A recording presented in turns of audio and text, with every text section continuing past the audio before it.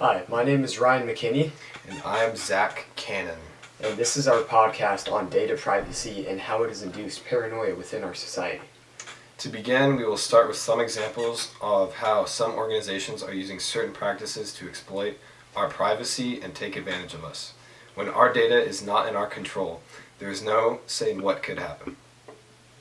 To clarify, the establishment consists of large organizations and even the government trying to use our data, and we as a society are the other, trying to protect ourselves from the dangers online. Here is our first example. The New York Police Department is using facial recognition technology, and people are worried that they are sourcing the information that they collect to organizations like immigration and custom enforcement or private organizations. This is creating a battle of civil liberties. Every day could be a new battle over technology that seems to violate our civil rights and privacy, which only causes paranoia in the community. Many cities in California have banned new surveillance technologies without being approved by the local government. The Public Oversight of Surveillance Technology Act is something that was put into place in 2017 and again in 2018.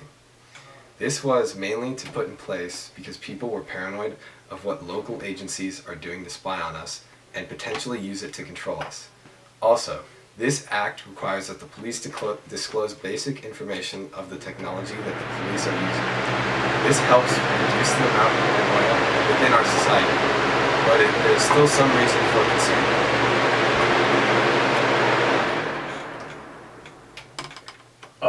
Our second example includes evidence of people taking the internet for granted and using it at their free will without a second thought on where their data could be going. People think using the internet is so convenient that they never really worry about where their data was going in the past. People are starting to worry about that now, though. People are thinking that Facebook and Google are some of the least trustworthy organizations out there that handle our privacy. And that is just from a survey. With that information, we understand that there's an obvious stigma of paranoia going around about internet and data privacy. Online breach after online breach is starting to scare people of where they shop online. E-commerce still brings up to $410 billion a year, so it seems convenience trumps the concern of where data is going. When asked what they want to do about fixing internet privacy, people merely said that they don't think that they are all well equipped in fixing it, or they don't even want to start to carry anything out. It's time that people take leverage and understand what is at stake and start to take back control of their information online.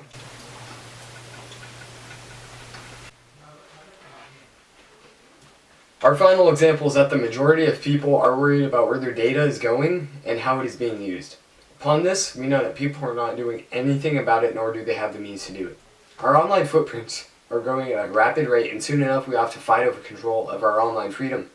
You may be asking why we will have to do that. At some point, there's a scary real possibility that all of our data can no longer be controlled or owned by us, which is a civil injustice, but there's nobody that's trying to really stop it. Currently, cyber fraud is the fastest growing crime in the United States, and it is only eroding our freedom online. That isn't helpful. A survey in June 2013 revealed that 82% of UK college students were worried about where their data and information was going. There's also a fact that data breaches have more than doubled since 2009, making them way more common than they were before. Cyber fraud is growing 15 to 20% every year, making our data extremely vulnerable, which is more of a reason why paranoia is induced in our society. It is recommended that people change their browsing habits online to help reduce the chance. Cyber fraud is growing 15 to 20% every year and making our data extremely vulnerable, which is more of a reason why paranoia is induced in our society. It is recommended that people change their browsing habits online to help reduce the chance of data being stolen or having viruses infect your computer. It is your responsibility to be on the forefront of the battle to protect your information from big organizations and even the government. The power of the people is what's going to have a positive impact within our society. I think this can relate to something like the Red Scare, because during the Red Scare people were paranoid of people who were communists and what they were going to be doing, which is just like us knowing which companies and organizations we can trust and what they could potentially be doing with the information.